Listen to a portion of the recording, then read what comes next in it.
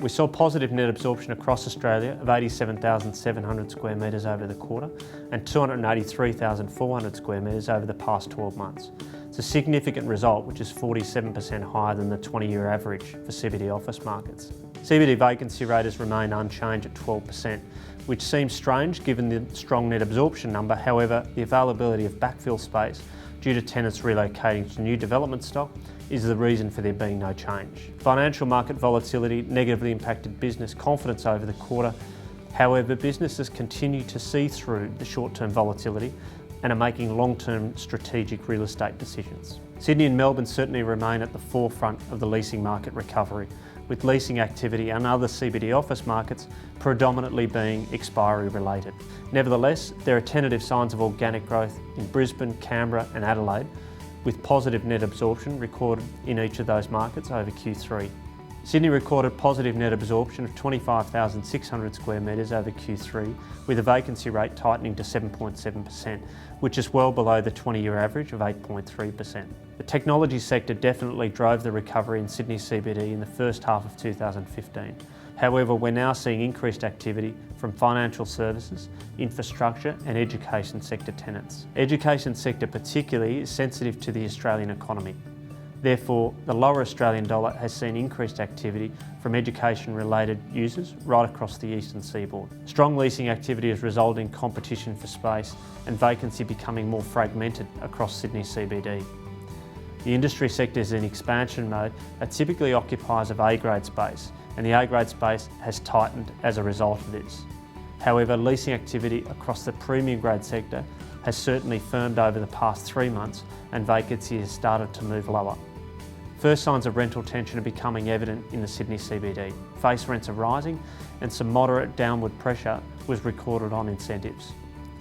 As a result, prime gross effective rents increased by 2.7% over Q3 and by 6.2% over the last 12 months. Melbourne CBD recorded 45,900 square metres of positive net absorption over Q3. However, like Sydney, vacancy has remained unchanged as backfill space became available from relocation to new developments.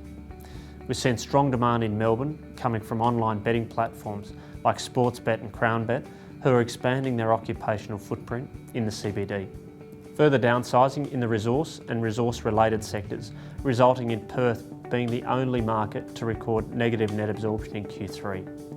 With a negative net absorption of 4,700 square metres and vacancy increasing to 19.6%, it's now the highest since 1995.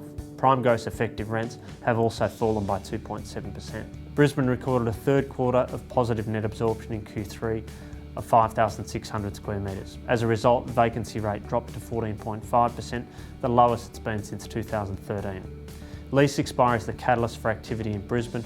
However, the availability of prime grade space has precipitated a flight to quality and a reduction in the prime grade vacancy, dropping below 10%. Canberra recorded a third successive quarter of positive net absorption of 9,300 square metres, with vacancy tightening to 15.1%. Adelaide recorded positive net absorption of 5,900 square metres, however vacancy increased to 15.9% over the quarter. Corporate Australia is very focused on the attraction and retention strategies for knowledge workers.